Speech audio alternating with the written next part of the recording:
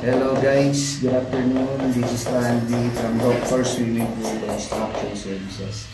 So nandito ngayon tayo sa isang project dito sa may Santa Maria, Bulacan. So tignan natin ngayon yung mga ginagawa ng mga technician natin dito sa may pump room.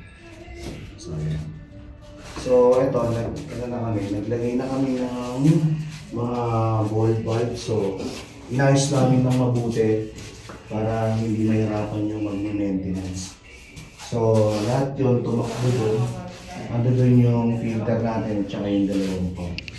So yung function ng isang pump na to is yung para sa fountain. Tapos yung isang pump naman na to para sa buong swimming pool. Yan.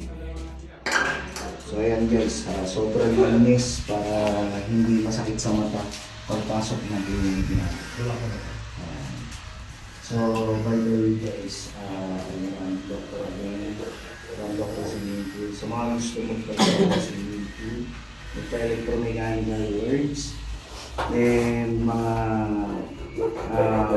gagawin sa mga swimming pool, construction ng swimming pool, renovation, visit our page, Dr. Swimming Pool, and message na lang kayo dito sa mga. Maraming salamat guys.